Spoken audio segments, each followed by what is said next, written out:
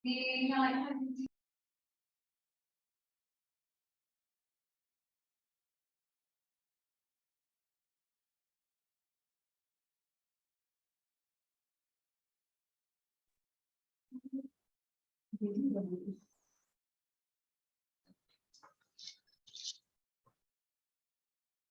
maaf Ibu Bapak atas keterlambatan kami. Baik, acara kita mulai. Assalamualaikum warahmatullahi wabarakatuh. Waalaikumsalam Selamat siang teman-teman guru BK hebat. Puji dan syukur atas kehadirat Allah Subhanahu wa taala karena untuk hari ini kita bisa berkumpul dalam kegiatan webinar melalui virtual. Baik, untuk hari ini kami mengucapkan terima kasih kepada Bapak Ibu yang sudah bergabung untuk mengikuti webinar yang webinarnya akan disampaikan oleh narasumber kita Bu Eliatin yang bertemakan tentang disiplin positif melalui teknik restitusi. Untuk memulai acara pada hari ini, mari kita berdoa dahulu sesuai dengan kepercayaan kita masing-masing. Baik, doa akan kami iringkan. Silakan kita berdoa. Berdoa mulai.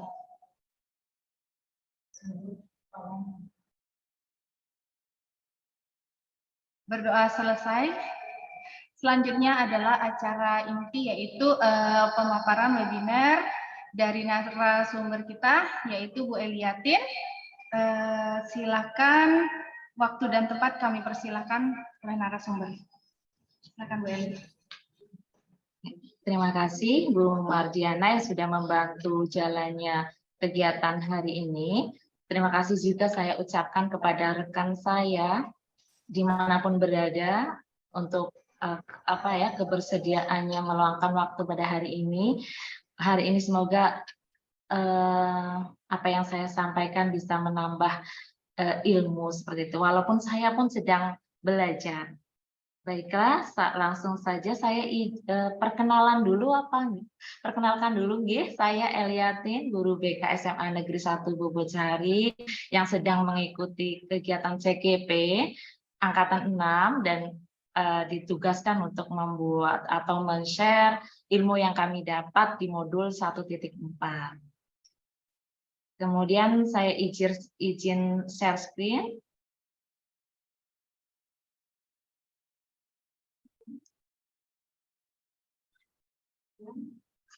Sudah muncul nggih Bapak Ibu? Sudah muncul? Bu Dian? Ya, sudah. Oh, sudah muncul ya? Sudah, Bu. Iya, terima kasih. Hari ini saya akan membawakan materi tentang disiplin positif melalui teknik restitusi. Saya Eliatin, CGP Angkatan 6, Guru BK SMA Negeri 1 Bobocari dari Kabupaten Purbalingga. Hari ini ada 6 materi sebenarnya, dan sebenarnya itu cukup panjang, tapi saya berusaha untuk meringkasnya. Kita akan belajar bersama tentang budaya positif atau mendisiplinkan siswa ke arah yang positif melalui teknik segitiga restitusi. Tapi sebelum kita langsung ke teknik segitiga restitusi, kita belajar terlebih dahulu satu tentang disiplin positif dan nilai-nilai kebajikan universal, kemudian ada motivasi, hukuman, dan penghargaan, kemudian ada keyakinan kelas atau keyakinan sekolah, kemudian ada 5 kebutuhan dasar manusia. Yang kelima ada 5 posisi kontrol, kemudian yang terakhir teknik segitiga restitusi. Teknik ini bermanfaat sekali untuk semua guru, nggih, Bapak Ibu. Jadi kalau untuk guru BK otomatis tambah lagi teknik baru, kemudian untuk guru mapel atau guru kelas ini sangat bagus sekali untuk mendisiplinkan siswa. Baiklah Bapak Ibu, sebelum saya lanjut, menurut Bapak Ibu ini kita diskusi sebentar napa nggih? Hukuman, Bapak Ibu percaya tidak kalau hukuman dapat mendisiplinkan anak? Atau setuju tidak? Kalau yang setuju mungkin bisa angkat tangan nggih.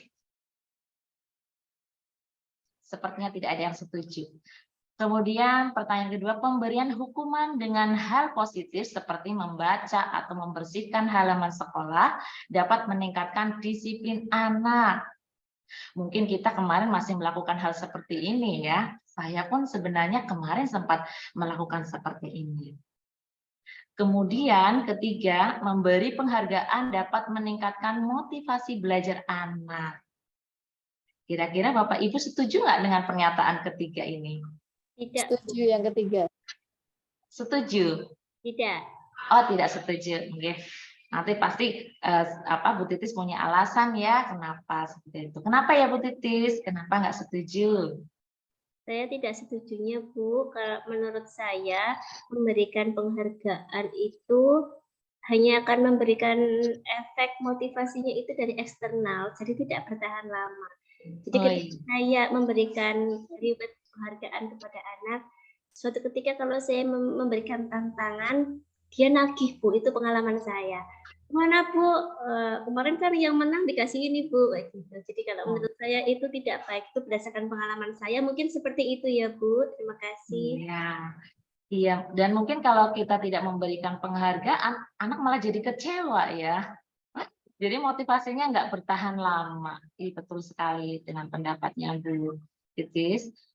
Sebagai pendidik, kita harus mampu menciptakan siswa yang memiliki kebiasaan disiplin diri, sehingga siswa bisa berperilaku dengan mengacu pada nilai-nilai kebajikan universal dan memiliki motivasi intrinsik, bukan ekstrinsik. Ini tadi seperti yang diungkapkan dengan Bu Titis ya, ternyata kalau diberikan penghargaan malah akhirnya motivasinya berasal dari ekstrinsik, seperti itu.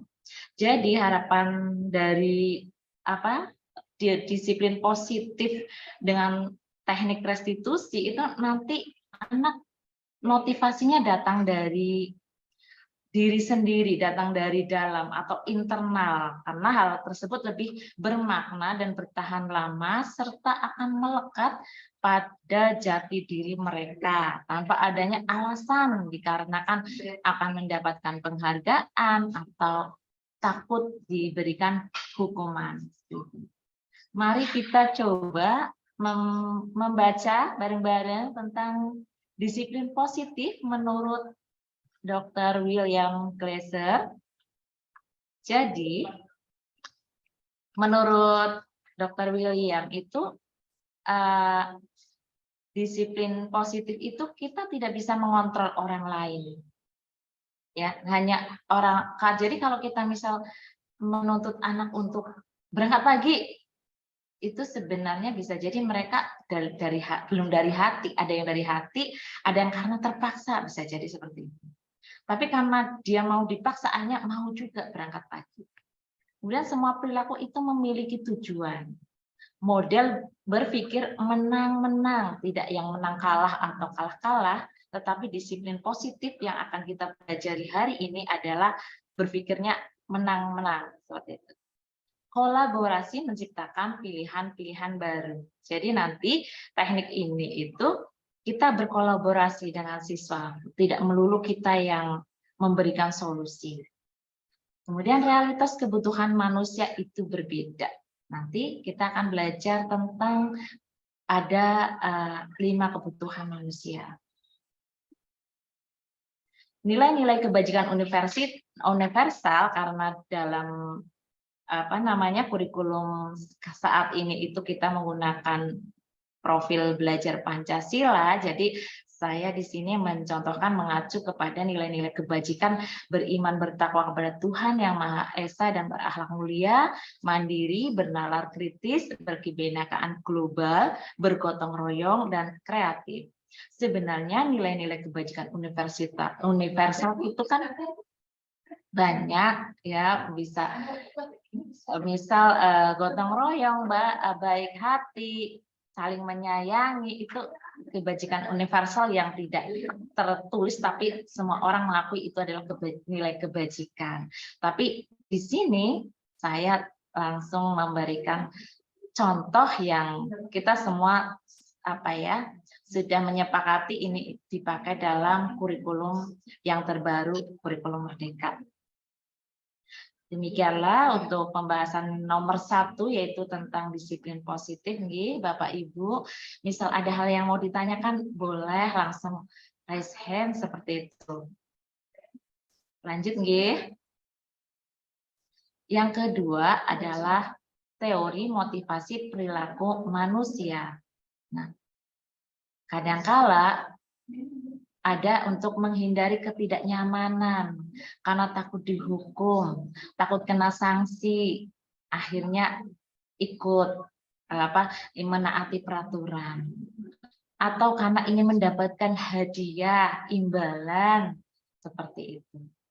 Atau yang paling bagus adalah yang terakhir, yaitu motivasi yang berasal dari internal untuk menghargai diri sendiri. Saya berharap sekali yang hari ini ikut berkontribusi dalam kegiatan hari ini benar-benar motivasi dari sendiri ya, karena saya tidak memberikan imbalan, saya juga tidak memberikan hukuman, jadi saya pastikan Bapak Ibu semua hari ini itu motivasinya sudah dari intrinsik, saya percaya. Nah, ternyata kalau menurut teori disiplin positif, itu penghargaan bisa dikatakan sebagai hukuman. Kadangkala ya mungkin sedari dulu kita sekolah, kalau dapat penghargaan ya seneng, bahagia, siapa sih yang nggak dapat. Ternyata kalau menurut teori ini, penghargaan itu sama dengan hukuman Bapak Ibu. Jadi didorong untuk melakukan sesuatu atau membujuk agar mau seperti itu. Jadi akhirnya ada efeknya, penghargaan itu seperti menghukum. Penghargaan itu mengurangi ketepatan. Kadang-kala bisa jadi prosesnya itu si A itu lebih lebih lengkap, lebih matang seperti itu. Tapi dilalah bisa jadi ada yang mencontek, dia yang lebih bagus nilainya, malah dia yang dapat penghargaan. Itu kadang-kala nggak fair ya. Terus penghargaan juga tidak efektif. Jadi ketika anak yang dapat penghargaan, iya dia bahagia. Tapi temannya yang tidak mendapatkan penghargaan, kadang-kala malah belum tentu akhirnya termotivasi untuk bagaimana ya biar saya mendapat penghargaan, bisa jadi malah akan tambah malas dan tambah down seperti itu. Saya berusaha juga nanti nggak bakalan dapat penghargaan, bisa jadi seperti itu. Kemudian penghargaan bisa jadi merusak hubungan. Jadi kadang-kala mungkin namanya siswa ya, namanya murid ya, kalau ada yang dapat penghargaan, ada yang enggak, bisa jadi di situ timbul keirian, bisa jadi timbul suatu hari nanti jadi itu aja lah yang sudah dapat penghargaan, kenapa harus saya? Bisa jadi seperti itu. Terus apa dong kalau kita tidak boleh memberikan penghargaan, apa yang bisa kita lakukan? Jadi yang bisa kita lakukan adalah memberikan apresiasi. Jadi bukan hasil, tapi kita memberikan apresiasi pada prosesnya. Karena setiap siswa kan pasti memiliki start yang berbeda-beda ya. Ada yang dari 0, ada yang dari nomor 1. Otomatis finishnya pun berbeda-beda. Jadi kita wajib justru memberikan apresiasi kepada setiap siswa kita. Kita harus mengakui 36 siswa kita, misal di kelas ada 36 siswa ya, semua berhak mendapatkan apresiasi sekecil apapun kemajuannya. Jadi tidak hanya yang pinter saja, tidak hanya yang juara satu saja yang kita apresiasi, tapi semuanya. Gitu. Dan apresiasinya kita bisa memberikan pengakuan secara khusus. Kalau misal kita mau memberikan apresiasi kepada yang ini paling pinter nih di kelas, kan seharusnya kita tidak menyampaikan misal kalimat dengan kalimat hebat kamu ya, sudah ranking 1. Nah, sudah harus mulai diganti dengan perjuangan kamu luar biasa ya sampai di titik ini. Nah, seperti itu. Jadi kita memberikan apresiasi pada prosesnya, bukan pada hasilnya. secara khusus. Kadang-kala untuk hal-hal yang siswa itu di atas yang lain, kita bisa melakukan secara khusus. Agar jangan sampai siswa yang lain merasa dibedakan atau bagaimana. Gitu.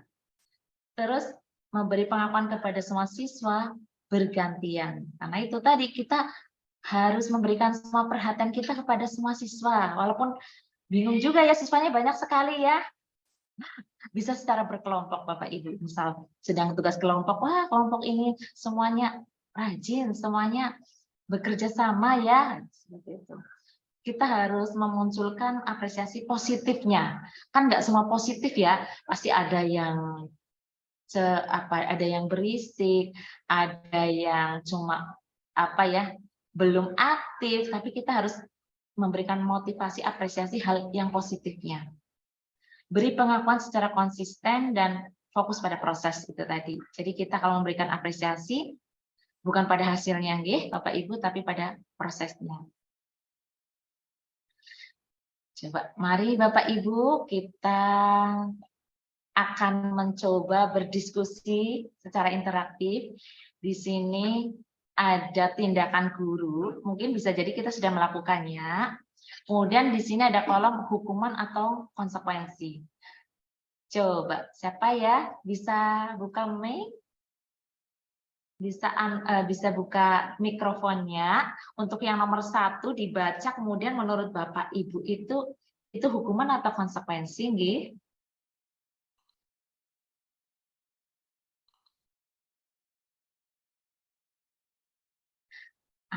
Siapa ya?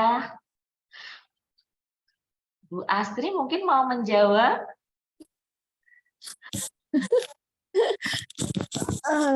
Bismillah, salah nggak apa-apa ya Bu ya? Nggak apa-apa. Mencatat 100 kali di dalam buku kalimat itu saya tidak akan terlambat lagi karena terlambat ke sekolah. Itu menurut saya hukuman. Oh, hukuman, ya.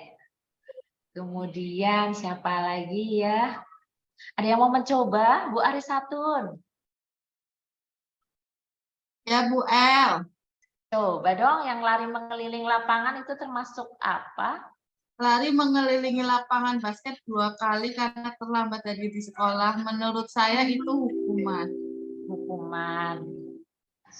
Siapa lagi ya? Bu Yosi. Murid diminta untuk push up 15 kali karena tidak menggunakan masker ke sekolah. Itu termasuk hukuman, Bu. Hukuman. Siapa lagi ya? Kalau menggantikan kertas tugas teman yang telah dicoret-coret, hukuman atau konsekuensi ya Bapak Ibu? Konsekuensi. Konsekuensi. Kalau membersihkan tumpahan air di meja tulis karena tersenggol, Konsekuensi. Bu. murid disuruh untuk mengenakan sepatu seharian. Oh, ini berarti salah ketik. Murid disuruh tidak mengenakan sepatu seharian di sekolah karena tidak mengenakan sepatu hitam. Hukuman, Bu. Hukuman. Lari mengelilingi lapangan basket 2 kali karena terlambat 10 menit untuk pelajaran PJOK.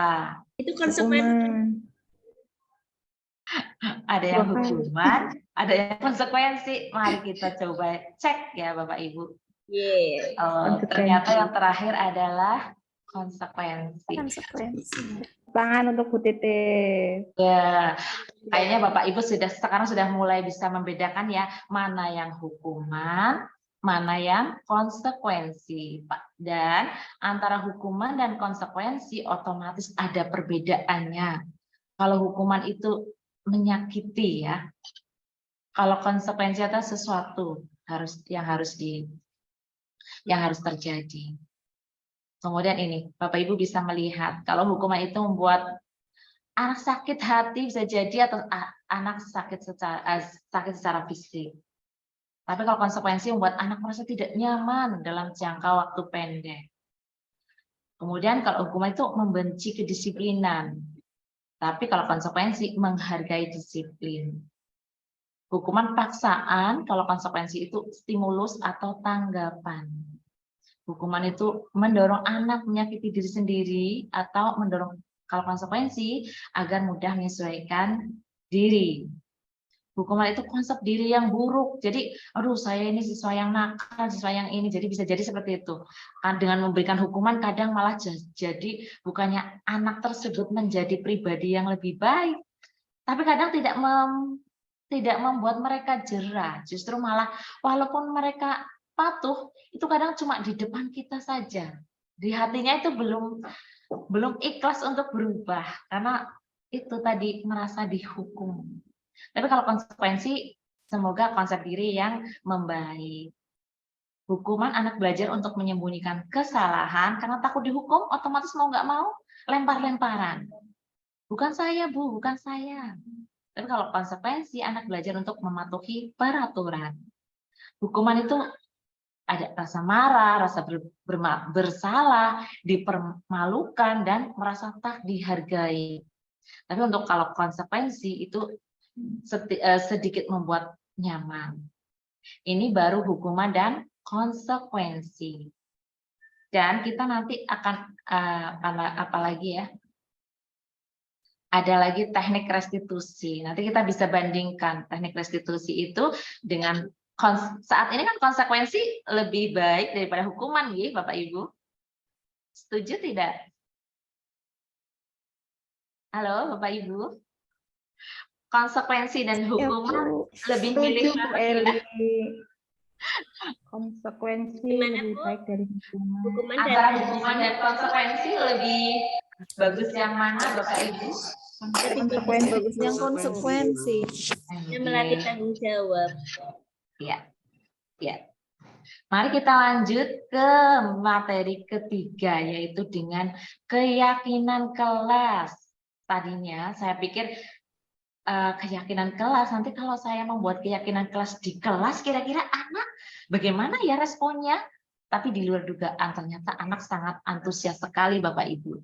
Jadi kadangkala di kelas kita itu membuatnya peraturan kelas, atau kadangkala itu kontrak belajar. Kalau di kurikulum Merdeka kan di awal semester kita membuat kontrak belajar, ya Bapak Ibu. Kita akan apa aja nanti, peraturannya apa aja, semuanya dari siswa. Tapi itu hanya mengacu pada setiap mapel, kontraknya mapel berbeda-beda. Atau kalau di SD ya berarti dengan guru kelasnya. Dan di sini itu kita akan belajar tentang keyakinan kelas. Jadi untuk menerapkan teknik restitusi, kita pun harus punya dasar. Keyakinan kelas ini menjadi dasar. Bisa kok belum punya keyakinan kelas? Boleh menggunakan dasar itu visi sekolah, boleh. Atau branding sekolah. Tapi harapan saya sih nanti Bapak Ibu bisa mempraktekkan sendiri nih, untuk membuat keyakinan kelas di mapelnya atau di kelasnya. Misal sebagai wali kelas atau guru kelas bisa di kelas masing-masing. Kalau sebagai guru mapel atau guru BK bisa di mapelnya ketika mengajar. Keyakinan kelas adalah bukan peraturan kelas, tetapi keyakinan kelas adalah hal yang diyakini dan dijalankan oleh warga kelas demi terciptanya suasana kelas yang diinginkan. Setiap siswa diharapkan untuk saling berkontribusi dalam membuat keyakinan kelas yang akan mereka jalankan dan tentunya menghidupi kelas mereka sendiri. Jadi keyakinan kelas itu semuanya berhak memberikan ide. Seperti itu. Ini saya bisa memberikan gambar. Saya sudah membuat keyakinan kelas di kelas 10. Ini kita boleh mereka menuliskannya. Nah, ini saya pakai sticky note, Bapak Ibu, saya sebar ke anak-anak. Biar mereka maunya kelas ini seperti apa. Jadi mereka yang membuat ide. Nah, mereka mulai nih menuliskan apa yang menjadi, dan juga kata-katanya harus yang positif, Bapak Ibu. Jadi tidak kalau misal ada kata mahasiswa ada yang menuliskan di kelas tidak boleh egois, kita bisa memberikan masukan. Ganti kalimatnya dengan yang positif. Misal di sesama teman kelas, contohnya nih Bapak Ibu, ketika kok ada siswa menuliskan kalimat yang negatif, kita bisa memberikan masukan ke siswa untuk ganti yuk ke yang positif. Kalau egois berarti lawan katanya apa? Kayak gitu. Misal sesama siswa kelas saling bekerja sama atau saling menghargai. Nah, itu lebih baik lagi. Jadi kalau keyakinan kelas itu kalimatnya harus positif. Kita harus apa ya? Memfasilitasi siswa untuk membuat kalimat yang positif. Dan karena satu kelas itu kan pasti idenya macam-macam nih Bapak Ibu. Kita keyakinan kelas itu idealnya terdiri dari 5 atau 7 keyakinan kelas. Nah, bagaimana caranya untuk mengerucutkan dari berbagai ide itu? Kita bisa menugaskan mereka untuk berkelompok. Kesepakatan saja. Kelas 10A mau membuat keyakinan kelasnya ada berapa item seperti itu. Kalau misal 6 Bu, ya sudah kita bikin 6 kelompok seperti itu. Nanti pembagian kelompoknya bisa sesuai dengan siswa yang dimau atau menyerahkan ke gurunya. Ini kegiatan diskusi. Jadi mereka sedang mengkerucutkan dari berbagai ide keyakinan kelas mereka saling berdiskusi untuk menemukan 6 formula yang akan mereka jadikan sebagai sebuah keyakinan kelas. Nah, ini. Jadi di sini yang banyak ini tadinya ide semua siswa. Kemudian dikerucutkan menjadi 6 yang ada di sini. Di sebelah mana ini? Samping kanan. Dan kalau sudah disepakati, boleh menggunakan kata kesepakatan kelas atau keyakinan kelas. Ini contohnya. Mereka diminta untuk menuliskannya atau mengetiknya, kemudian ditempel di kelas itu sebagai dasar. Jadi ketika ada hal-hal yang nggak sesuai dengan keyakinan kelas, kita ketika melaksanakan teknik restitusi bisa ini dijadikan dasar. Nanti kita akan berbicara lebih lanjut di teknik restitusi. Nah, di sini bedanya peraturan dan keyakinan kelas. Jadi kalau peraturan itu bentuknya kalimatnya seperti ini Bapak Ibu. Selalu kembalikan buku ke tempatnya. Jadi lebih ke kata perintah. Sedangkan kalau keyakinan kelas itu cenderung ke tanggung jawab. Jadi kita tuh seharusnya nggak diperintah, harus sudah dari dasar hati kita itu mau bertanggung jawab. Kemudian dilarang mengganggu orang lain. Nah, kita bisa berganti ke kalimat yang menghormati orang lain. Hadir di sekolah 15 menit sebelum pembelajaran dimulai. Menghormati orang lain dan berkomitmen. Dilarang melakukan kekerasan. Nah, sini kan kayak sebuah perintah dan kewajiban ya. Tapi kalau di keyakinan kelas, keselamatan, menghormati orang lain, dan seterusnya. Jadi harapannya dengan keyakinan kelas kok kalimatnya seperti ini, itu lebih bermakna, lebih datang dari hati nurani para anggota kelasnya seperti itu. Nah, ini lanjut kita akan, sebelum kita melakukan teknik restitusi itu berarti tujuannya untuk mendisiplinkan siswa dengan cara yang positif nih Bapak Ibu. Contohnya untuk hal-hal yang bisa kita tangani secara langsung. Anak terlambat, anak tidak menggunakan seragam, anak mencontek, atau apa ya, hal-hal yang sepertinya saat itu juga kita kalau bisa hari itu atau saat itu bisa mengajak mereka ngobrol. Tentunya ketika ada anak yang belum melakukan disiplin, itu kita harus melihat dulu. Pastikan ada kebutuhan dasar manusia yang belum terpenuhi. Kalau menurut teori yang tadi didepankan ya, setiap perilaku manusia itu dipengaruhi oleh kebutuhan dasar manusia. Nah, kebutuhan dasar manusia itu ada 5. 1, bertahan hidup, kemudian ada kasih sayang dan rasa diterima, ada penguasaan, ada kebebasan, ada kesenangan. Jadi kalau yang bertahan hidup itu berkaitan dengan kebutuhan kita seperti makan, baju, kemudian tempat yang rumah seperti itu. Kalau kasih sayang dan rasa diterima itu hubungan sosial dengan orang lain, penerimaan, merasa kita semua merasa untuk diterima oleh orang lain, merasa didengarkan. Penguasaan, nah kadang-kala kita pun ingin mengambil mengambil peran di suatu lingkungan atau kelas seperti itu. Kita bisa kok, misal kita contohnya misal ya untuk yang penguasaan. Saya bisa kok memimpin berdoa bersama, gitu.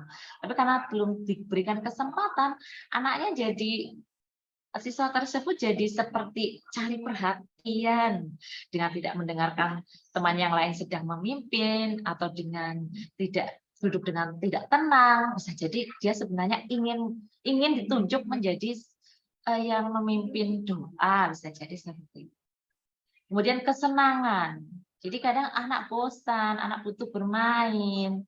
Kalau menurut KHD kan anak ini ya kodratnya memang bermain. Kemudian kebebasan, merasa terkekang, merasa aduh banyak tugas, bisa jadi makanya dia bertingkah nggak mau mengerjakan tugas. Bisa jadi mungkin kebutuhan kebebasannya yang perlu dipenuhi. Oke. Sampai materi keempat ini, apakah ada yang ingin ditanyakan Bapak Ibu? Monggo, misal ada yang mau ditanyakan. Mohon izin bertanya boleh Bu El? Iya boleh.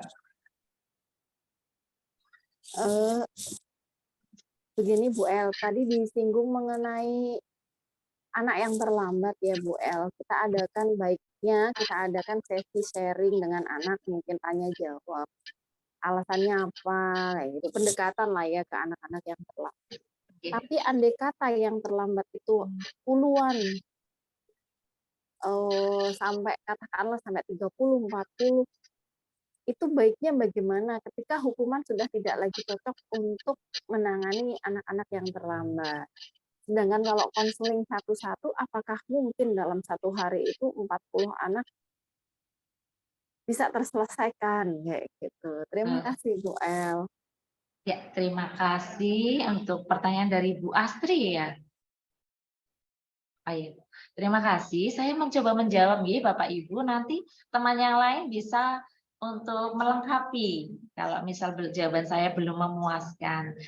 Untuk misal sampai 40 otomatis sayanya satu-satu yang nggak cukup waktunya ya. Bisa 24 jam lebih. Jadi kita memang akhirnya belajar sepanjang hayat. Akhirnya kita mencari strategi.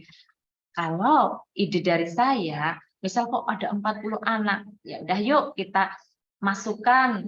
Kayak kalau 40 anak otomatis kan kayaknya harus segera ditangani gitu. Kalau tidak nanti menimbulkan persepsi teman yang lain, lu itu nggak diapa-apain. Jadi mungkin kita bisa masuk ke sebuah ruangan atau indoor atau ruangan kelas atau ruangan seperti itu. Nanti mereka disuruh cobalah cooling down dulu. Nah, kita bisa melakukan teknik restitusi atau pertanyaan-pertanyaan yang nanti akan kita bahas di bawah itu disediakan kertas Bapak Ibu. Jadi kita lakukan secara berkelompok atau klasikal malah kalau sudah 40 anak. Jadi kita otomatis dengan nada yang jangan tinggi ya Bapak Ibu. Kadang-kala mereka kadang-kala ya Bapak Ibu, kadang ya kalau mau menuruti ya kita sebagai manusia ya pasti kesel ya, apalagi kalau yang terlambat itu lagi. Tapi kalau kita coba mereka juga tetap manusia, jadi kalau kita ngomong keras kadang-kala malah mereka lebih nggak mau mendengarkan kita. Jadi kita bisa menggunakan bahasa yang santun untuk mengetuk hati mereka bahwa kita itu harus menjadi manusia yang lebih baik lagi. Dan kita bisa menanyakan pertanyaan-pertanyaan yang nanti kan kita bahas dengan mereka itu, kita berikan fasilitas kertas. Boleh kertas, kertas di buku tulis mereka, atau kita kasih kertas HVS, nanti kita ajukan pertanyaan-pertanyaan sesuai dengan tahapan restitusi. Mereka suruh menjawab dengan hati.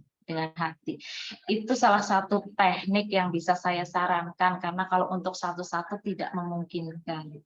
Jadi secara kelompok dan mereka untuk menjawabnya di kertas atau buku masing-masing.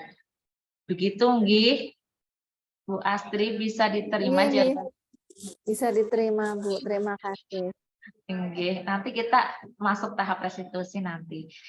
Kita sekarang masuk ke posisi kontrol. Nah, coba Bapak Ibu, yuk kita seringnya posisi kontrolnya sebagai apa nih? Jadi posisi kontrol itu ada penghukum, tipe penghukum.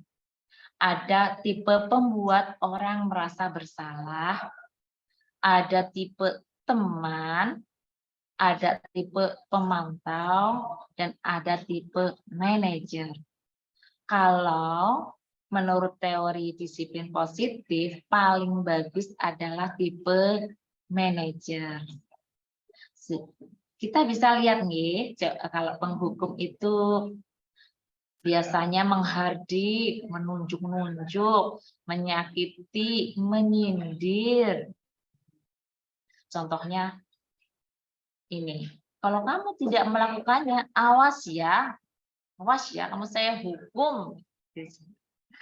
Terus akhirnya kadang anak karena takut dihukum, kadang berbohong atau memberontak. Nah, akhirnya ini jadi kadang malah mereka bisa jadi malah tidak suka dengan kita. Apa yang kita sampaikan jadi mereka nggak mau mendengar, cuman seolah-olah mendengarkan tapi masuk telinga kanan, keluar telinga kiri. Bisa jadi murid dalam hati atau ke temannya bilang, biarkan saja, nanti juga marah-marah lagi, kayak gitu. Dampaknya pada murid mengulangi kesalahan, karena yaitu dihukum kadang-kadang tidak membuat mereka sadar atau jera atau malah tetap saja melakukan kesalahan. Nah, kalau tipe posisi kontrol guru sebagai pembuat orang merasa bersalah, ini berceramah dan mengatakan seharusnya kamu nggak seperti ini, kamu nggak kasihan sama orang tua kamu, ibu kecewa loh dengan kamu, sudah ibu usahakan begini-begini, kamu masih tetap begini. Jadi akhirnya membuat siswa itu merasa bersalah. Kamu seharusnya sudah tahu, ibu lelah sekali mengatakannya. Misalnya gitu. Kayaknya sih di sini enggak ya, teman-teman semua enggak seperti ini. Akhirnya siswa jadi menyembunyikan, menyangkal, berbohong. Murid mau nggak mau jadi merasa rendah diri. Teman, nah,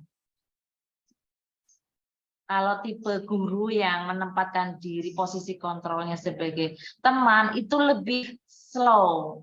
Ayolah, lakukan demi ibu, masa kamu tidak mau? Yuk kamu yang rajin ya, kamu apa nggak kasihan sama ibu? Misal kayak gitu. Jadi kayak teman kayak gitu. Yuk bantu ibu yuk, kamu yang rajin ya. Akhirnya jadi ketergantungan. Jadi jadi murid kadang malah menggampangkan. Nggak apa-apa lah, guru tersebut ini kok bisa memaafkan kok, kayak gitu. Baik kok, nggak galak, kayak gitu. Jadi dampak ke murid jadi tidak mandiri atau tergantung. Anak-anak nanti juga Ibu Eli juga nanti memaklumi, bisa jadi seperti itu. Kemudian tipe pemantau, menghitung dan mengukur. Ini biasanya orangnya cenderung, kalau tipe teman kan ramah ya, tipikalnya ramah. Kalau pemantau lebih ke flat, jadi senangnya memantau. Ibu sudah perhatikan loh ya, sudah beberapa kali kamu terlambat. Contohnya seperti itu, Bapak Ibu. Jadi murid jadi nggak nyaman karena merasa diawasi. Saya akan awasi kamu loh ya, mau berubah apa enggak, bisa jadi kayak gitu. Nah, gitu. Jadi ini, kalau tipe manajer, menurut teori ini yang paling bagus adalah tipe manajer. Jadi menghargai diri sendiri dengan mengajukan pertanyaan-pertanyaan. Misal, apa yang kamu rasakan atau apa yang kita yakini, keyakinan kelas tadi kita bisa menanyakan. Kemudian kalau misal keyakinan kelas, misal terlambat ya Bapak Ibu contohnya ya. Kenapa terlambat? Kita harus mau mendengarkan alasan mereka. Walaupun mungkin teknik ini tidak satu kali langsung berhasil nih Bapak Ibu, kita juga butuh jam terbang juga. Jadi saya kemarin sudah menerapkannya pun nggak langsung 100% berhasil semua nih Bapak Ibu. Jadi teknik ini kita juga dibutuhkan untuk berlatih terus. Yang pasti ketika ada anak melanggar tata tertib sekolah atau berbuat hal yang belum positif, kita ajukan pertanyaan dulu, kenapa? Jangan, tidak boleh langsung mengejudge mereka salah, ini. Kita dengarkan dulu. Mereka juga manusia, kita harus menghargai mereka, kita tidak boleh merasa paling power. Ya, kita bisa mengajukan pertanyaan, kenapa kamu terlambat? Kalau sudah dijawab, pasti kan alasannya kesiangan, atau apa, banyak banget. Nah, kira-kira sudah sesuai belum dengan keyakinan kelas yang sudah dibuat di kelas? Kalau sudah bikin keyakinan kelas nih Bapak Ibu, kalau belum bisa menjadi dasar, misal sudah sesuai belum dengan profil pelajar Pancasila, atau sudah sesuai belum dengan visi sekolah. Coba ajak berpikir. Walaupun responnya ya kadang-kala ya anak bisa jawabannya absurd, bisa jawabannya bisa berpikir kritis, apalagi untuk anak SD ya, kita harus pinter-pinter mengajak mereka untuk berpikir. Nah, dari situ kita bisa langsung menguatkan pribadi. Oh iya, kamu tadi kesiangan ya, padahal sebenarnya kamu rajin, tapi karena kesiangan hari ini kamu jadi terlambat. Terus menurut kamu, bagaimana ya cara untuk agar tidak terlambat lagi? Kita bisa menanyakan ke siswa tersebut, apa sih yang bisa dia lakukan untuk memperbaiki situasi ini. Saya rasa Bapak Ibu sudah sering melakukan ini. Cuma mungkin baru tahu oh ternyata itu kalau sudah melakukan itu berarti posisi kontrol saya sebagai manajer. Ya. Sampai posisi kontrol, adakah yang ingin ditanyakan Bapak Ibu?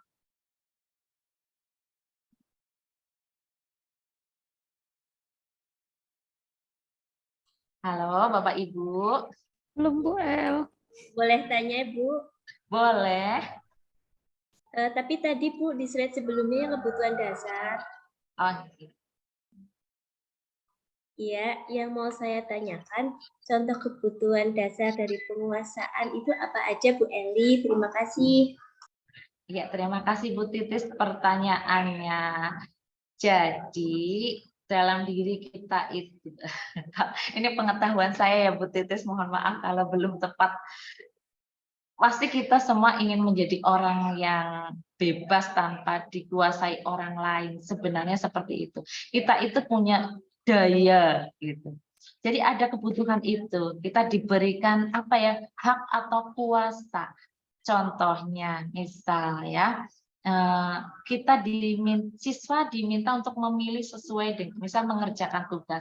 Silahkan kalian kerjakan tugas sesuai dengan minatnya. Misal yang minat menulis ya boleh, nanti hasil tugasnya dengan tulisan atau dengan video atau dengan apa.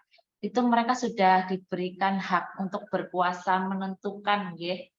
Atau ketika kerja kelompok, bisa ditanyakan ke siswa, kalian mau kerja kelompok yang sistem apa? Dipilihin, Bu, milih sendiri, Bu. Itu juga mereka diberikan hak untuk berkuasa. Kita pasti melihat beberapa siswa kita, ada yang kebutuhan penguasaannya tuh tinggi banget, pokoknya pengennya menguasai teman-temannya. Ada juga yang tipe follower, ya manut-manut saja. Oh, berarti kebutuhan penguasaannya kecil seperti itu. Yang penting kita mulai memahami satu persatu ya dengan kemampuan yang terbatas ya. Oh, tipe yang ini kebutuhan penguasaannya kira-kira sudah terpenuhi apa belum? Kalau kadang kan ada anak yang susah untuk dikondisikan ya, siapa tahu dia memang butuh kebutuhan penguasaannya. Ya mungkin jadikan dia sebagai ketua kelas atau ketua kelompok, coba diberikan tanggung jawab. Siapa tahu kok hasilnya bagus, oh berarti dia butuhnya ini. Kok belum bagus, ya kita cari teknik yang lain. Tahu kebutuhan yang lain, kesenangan atau kebebasan, atau mungkin kasih sayang. Kita memang tetap teknik satu belum berhasil, ya udah kita ke teknik yang selanjutnya. Ingat ya Bapak Ibu, kita bukan dewa yang menguasai segala hal, jadi tetap kalau ada hal yang belum bagus ya kita usaha lagi teknik yang lain. Begitu Ibu Titis, mohon maaf kalau jawabannya belum sesuai dengan harapan. Sudah Ibu, bagus sekali, terima kasih. Ya, sampailah kita pada tahap tentang apa itu restitusi, kayaknya hal yang baru. Saya juga pas belajar modul ini apa? Sekarang ya insya Allah sudah belajar menerapkannya. Restitusi adalah proses menciptakan kondisi bagi murid untuk memperbaiki kesalahan mereka, sehingga mereka bisa kembali pada kelompok mereka dengan karakter yang lebih kuat. Kalau tadi dihukum kan anak malu ya, habis dihukum teman-temannya pada ngeledekin, ngeceng-cengin kayak gitu.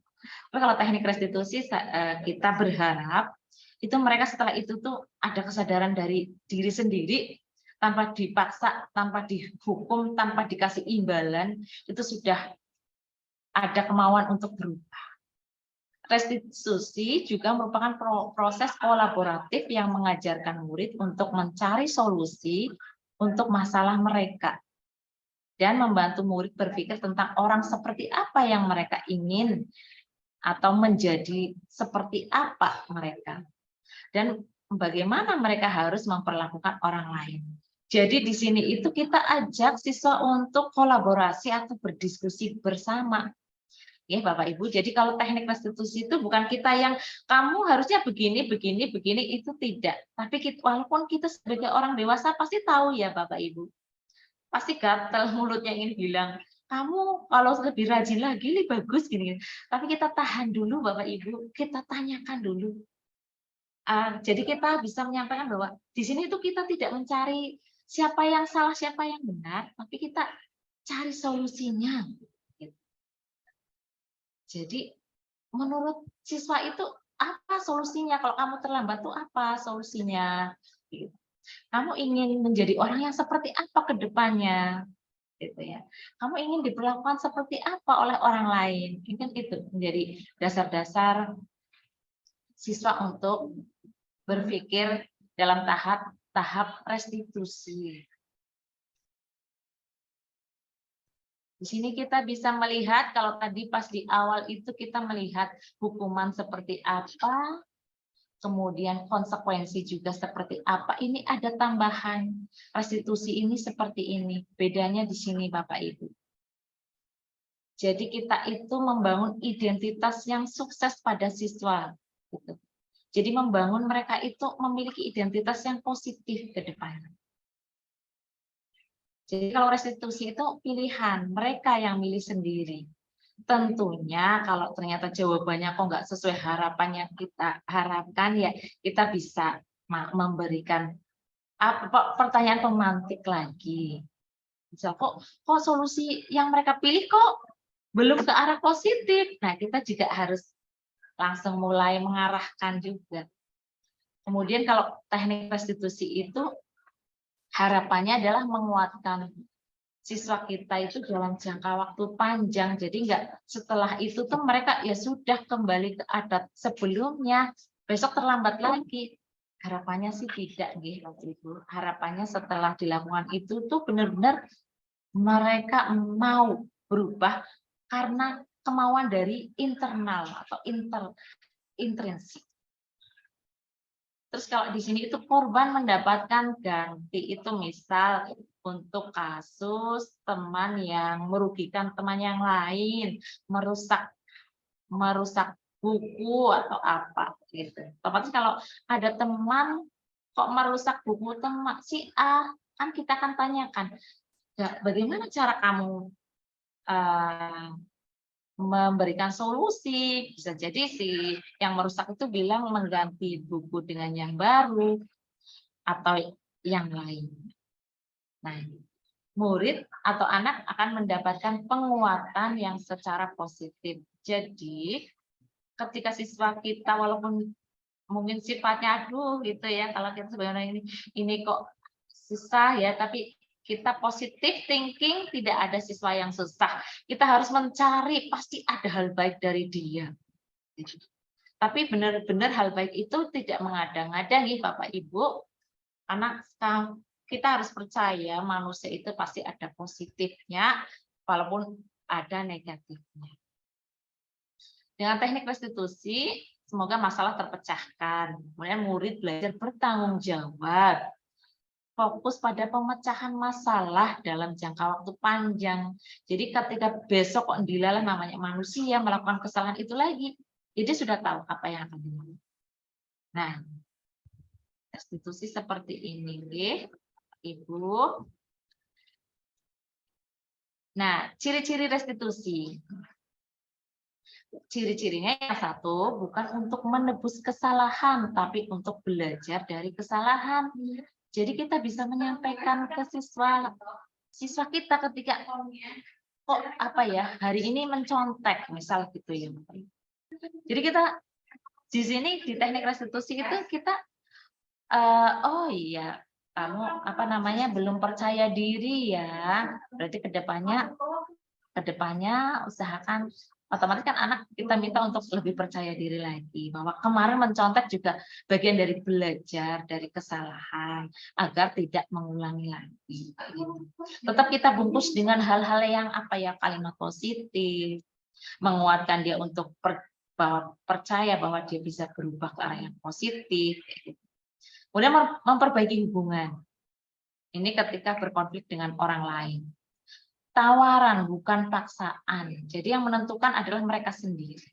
Walaupun tentunya kita tetap berperan untuk memfasilitasi, membuat solusinya udah ini belum udah positif atau belum kayak gitu. Restitusi itu menuntun untuk melihat ke dalam diri. Ya kayak apa ya namanya ya? Kayak mengevaluasi diri sendiri. Positifnya apa, negatifnya apa gitu. Mencari kebutuhan dasar yang benar. Ini tadi yang ada keputusan kasih sayang,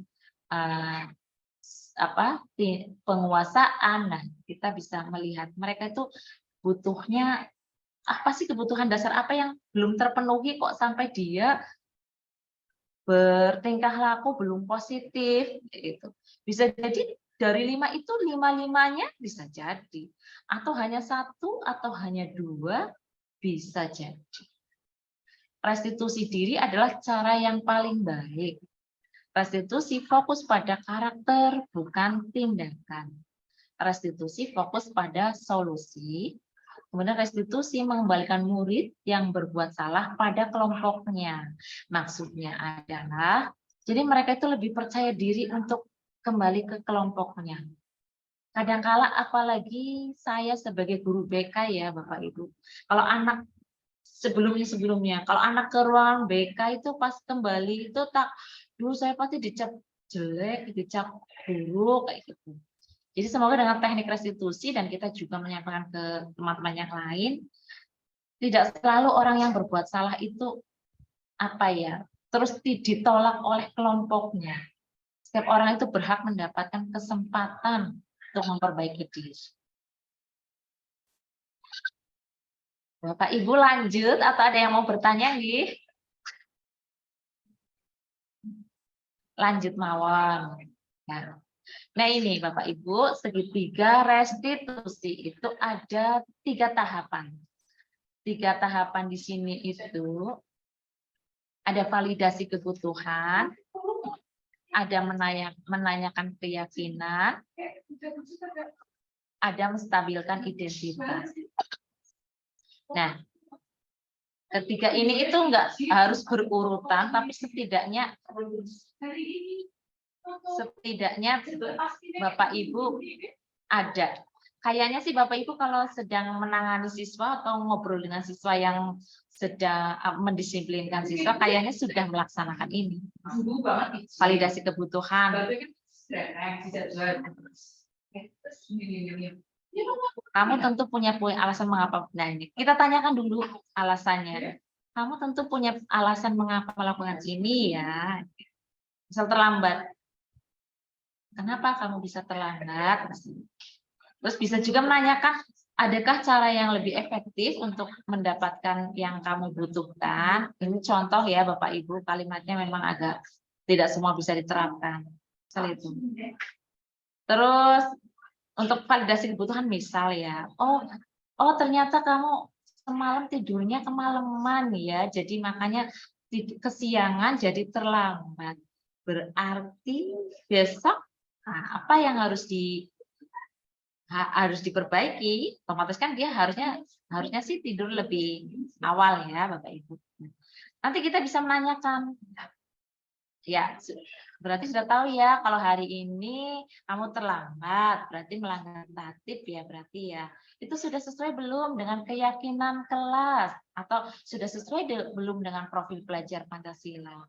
Atau sudah sesuai belum dengan visi misi sekolah kita? Nah, nanti kalau sudah dijawab, oh, belum Bu, atau kita bisa, kalau kita sudah membuat keyakinan kelas, kita bisa tanyakan juga kok, keyakinan kelas apa yang sudah ditempel di kelas nih.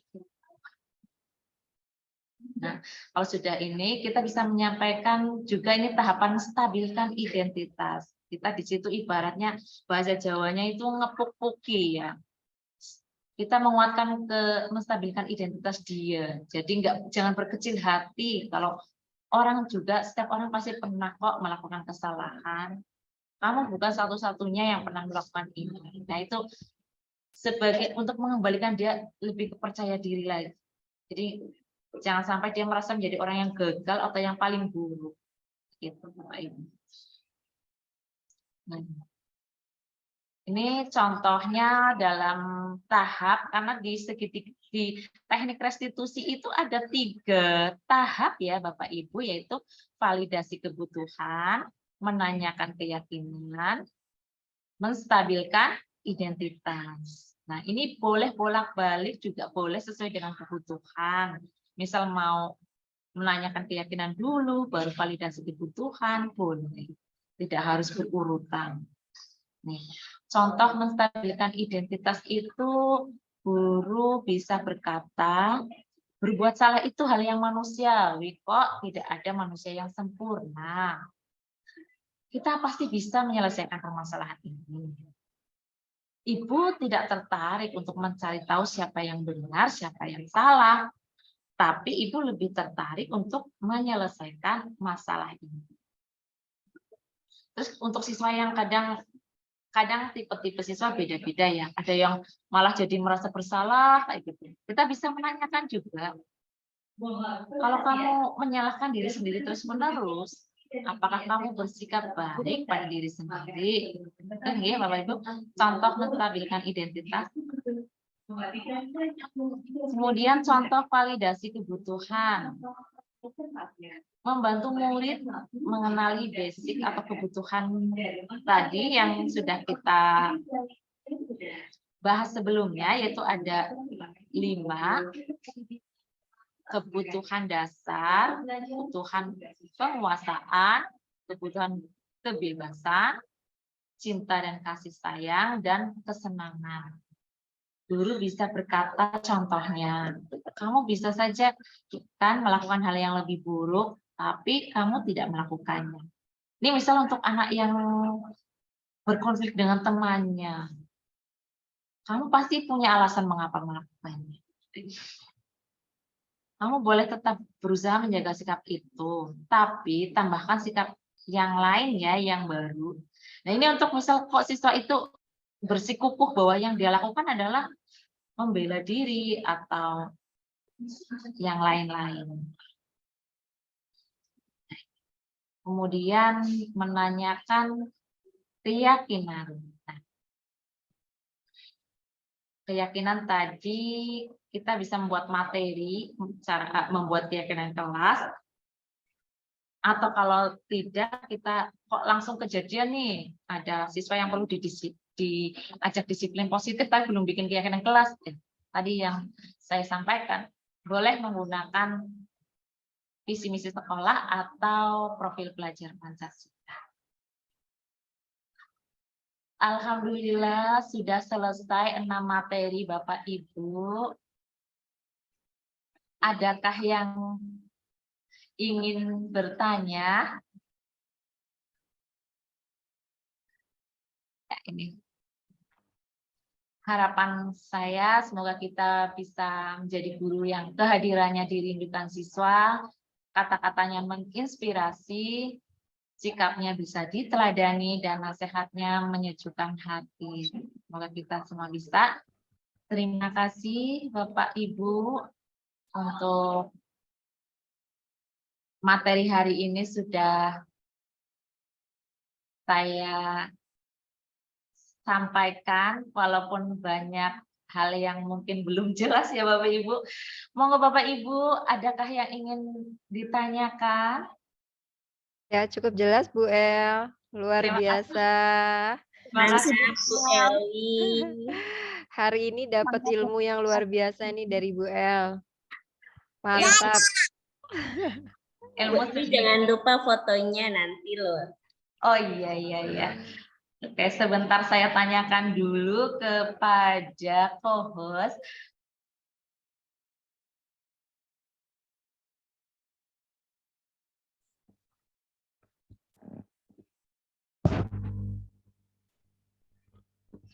Oke. Oh iya. Oh ya. Nggih. Pokoknya saya di sini mengucapkan banyak terima kasih kepada rekan-rekan tercinta saya yang hari ini meluangkan waktunya. Saya memahami lah apa yang saya sampaikan ini belum cukup gamblang. Saya harap kita bisa belajar bareng-bareng. Saya juga baru belajar, ini baru kemarin belajar, baru menerapkan keyakinan kelas dan beberapa kali teknik restitusi, Bapak Ibu. Bapak Ibu berkenan tidak ya melihat contoh teknik restitusi yang sudah saya lakukan? Sangat berkenan Bu El. Oh, banget Bu. Boleh, silakan Ibu. Iya. Istimewa Ibu. Minta tolong Bu Wulan untuk share screen videonya. Saya Bapak Ibu. Sudah muncul ya.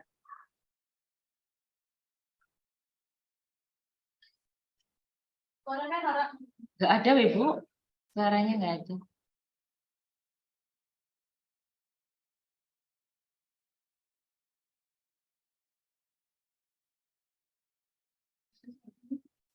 Nggak ada suaranya.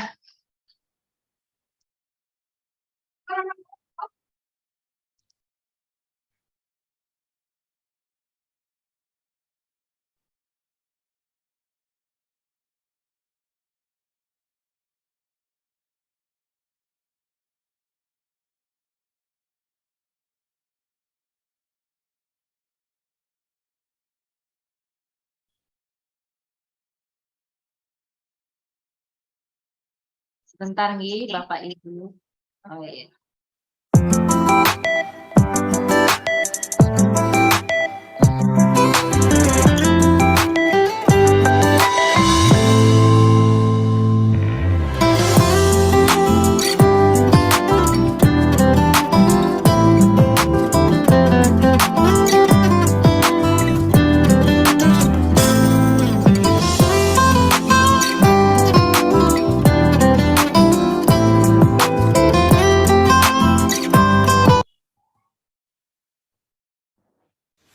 Oke, Ratna, bagaimana kabarnya hari ini? Baik.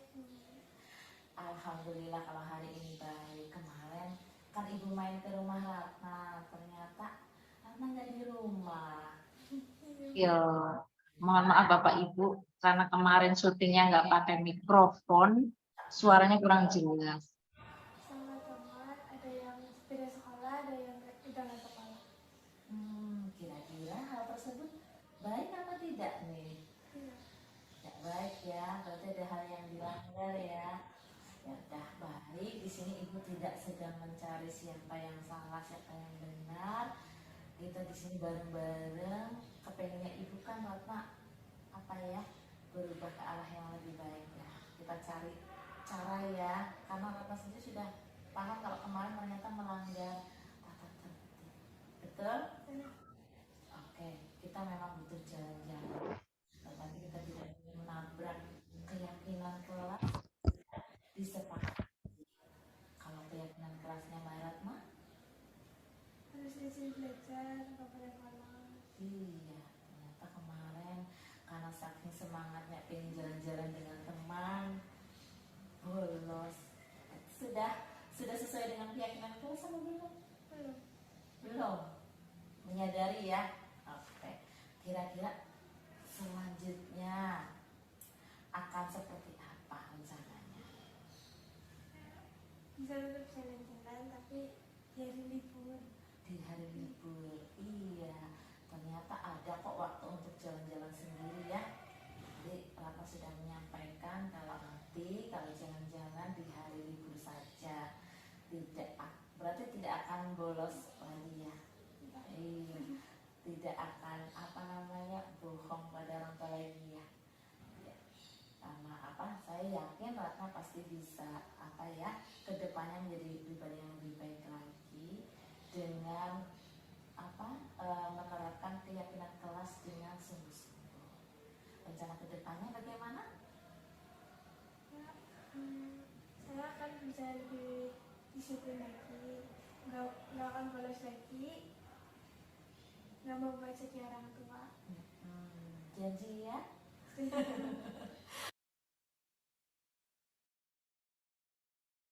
Perkenalkan, nama saya Ranta Noviani, saya dari kelas 10G. Menurut saya, setelah saya mengobrol dengan Bu Eli, perasaan saya menjadi lega, nyaman, dan lebih tenang.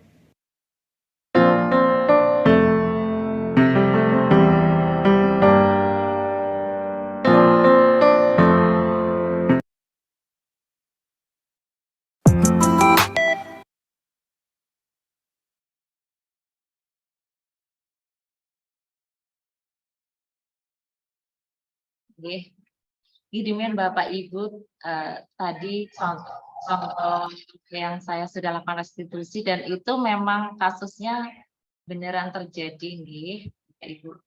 Dan saya juga sudah seizin siswa untuk nge-share video yang tadi. Walaupun kayaknya sih belum maksimal suaranya ya. Ini Bapak Ibu, adakah yang mau bertanya sebelum kita kembalikan ke pembawa acara?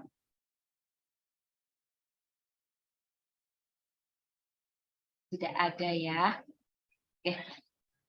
Terima kasih untuk hari ini. Saya benar-benar mengucapkan banyak terima kasih kepada semuanya yang hadir hari ini.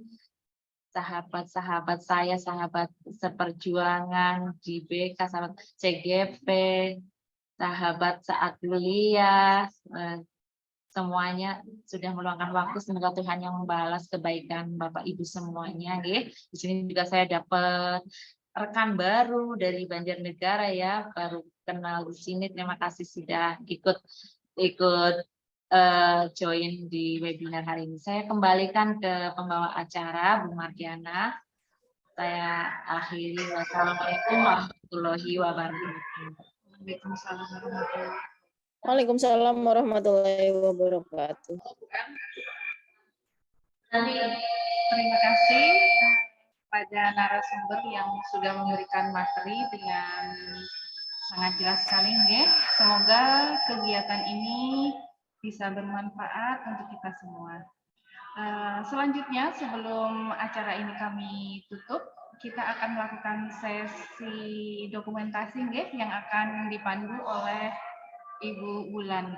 Dan jangan lupa Bapak Ibu untuk mengisi link daftar hadir di room chat. Nggih, monggo Bu Ulan. Persilakan. Silakan Bapak Ibu untuk menyalakan kameranya.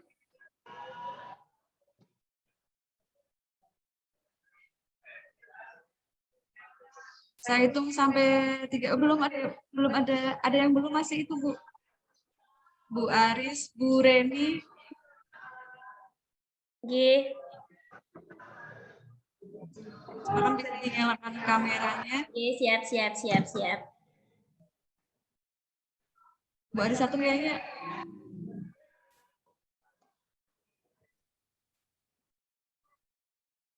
Siap. Yang 3 ini belum aktif, Bu. Apa ditinggal pergi? Baik, kita foto dulu yang pertama ya. Saya aba-aba 1, 2, 3. Bentar. Bentar, Bu. Oke. Silakan gimana? Sebentar, Bu. L.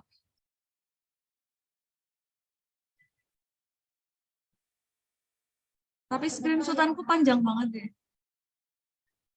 Saya ambil satu kali lagi nih, Bapak Ibu. Monggo silahkan. 1, 2, 3.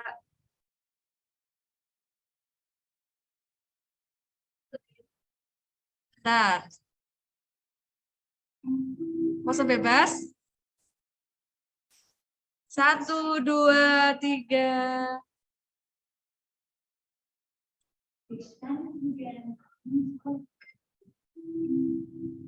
Oke, terima kasih. Baik, Bapak Ibu, sesi dokumentasi telah selesai, berarti berakhir juga acara kita. Sebelum kami tutup, marilah kita berdoa dahulu dan membaca hamdalah. Alhamdulillah. Terima kasih kepada seluruh peserta yang telah meluangkan waktunya. Saya selaku pembawa acara mohon maaf atas segala kekurangan. Akhir kata kami ucapkan wassalamualaikum warahmatullahi wabarakatuh. Waalaikumsalam warahmatullahi wabarakatuh. Sampai jumpa teman-teman semuanya. Terima kasih Bu Eli. Terima kasih Bu El. Ya, Tuhan yang membalas ya Bapak Ibu kebaikan Bapak Ibu semua. Semoga urusan Bapak Ibu dilancar. Amin. Teman lain juga salam kenal ya. Salam kenal semuanya Ibu-ibu, Bapak. Oke, mohon izin live. Ya, silakan. Waalaikumsalam. Sukses Bu El. Terima kasih Bu Feni untuk supportnya. Ada Bu Nila itu panggil-panggil. Nila mana itu? Bu El. Halo Galuh, PPG. Ikut Zoom ya hari ini. Iya ini.